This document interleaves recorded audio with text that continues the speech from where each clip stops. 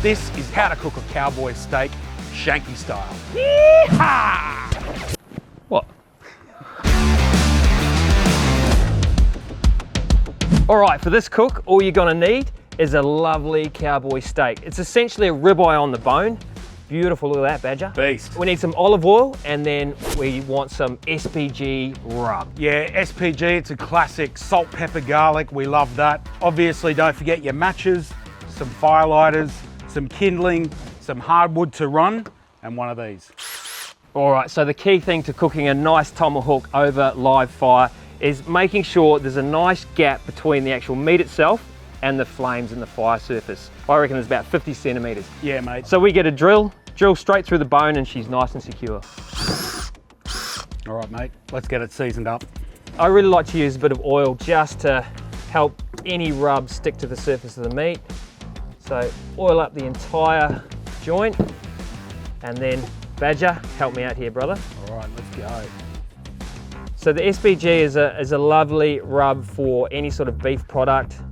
Big bold flavour, that garlic is great, and the grain size is really good. It's nice and thick, and that cooks up really well. Let's go and get the fire started. All right, Badger, look at this little beauty. This is the Ozpig Series 2. Mate, these are iconic. I can't wait to fire it up. Yeah, I mean, there's so many different ways you can cook on these. I mean, this can come off. We're going to change this from a stock standard sort of setup, and I've got some little surprises for you. This is actually an awesome attachment. What I would get you to do is remove the grate and the chimney. Right. And then all we do is just slop this up over top. So there's our smoker attachment, which is so useful for so many things, from cooking pizza to hanging our beautiful tomahawk steak. So that's what we're doing today. The critical thing when getting an Ozpig going is just really making sure you start off with light kindling. So we're just going to use fire starters, put them in on the base above the grill, and then we start building up with very small kindling. This is hardwood kindling. Just use sticks, and then when you put them in, we call this the Jenga style, don't we? Where it's like a crisscross pattern, just enough to get it going. Don't overload it or the fire won't go. And then hopefully it's just one match and we're away.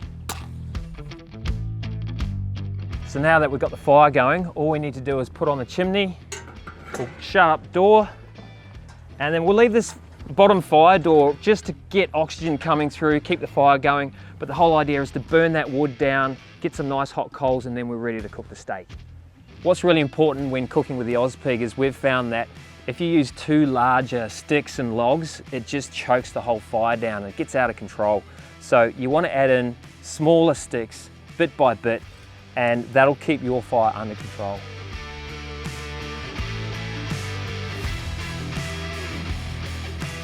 You may have noticed we've had to cut the bone down just a little bit. When we fitted the steak in, it was just hanging a little bit low, so we want to make sure that it's up away from the fire. So let's get this thing on, Badger. So all we're doing is hook up over the top of that top grill, hang it down, make sure that fire's not kissing the bottom of the steak, give it a good bit of room, close the door, let it cook. Okay, really important tip, guys, got to keep this airflow flowing. That thin blue line of smoke, that's the most important thing. Fire needs to breathe. You choke that down, you're going to end up with a terrible cook. Guessing your cook time is always going to be a bit of a disaster, so we always use a thermometer, a probe in the meat to make sure that we're really understanding where the cook's at and where the internal temperature of the meat's at. All right, our temperature probe says our meat is ready, so I reckon we get this bad boy out. Let's go. Looking absolutely sensational. Let's take this probe out and then unhook it.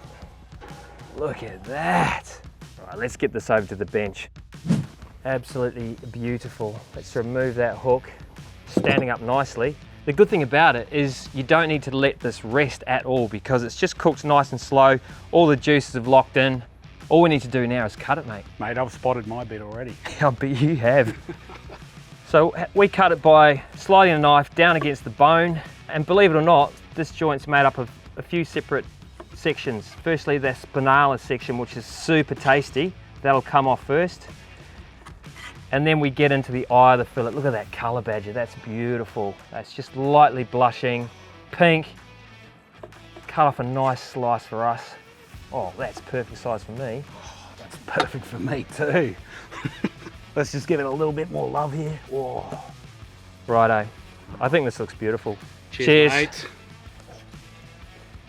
Oh, absolutely banging, absolutely banging. I can taste that iron bark licking up from the Ozpig.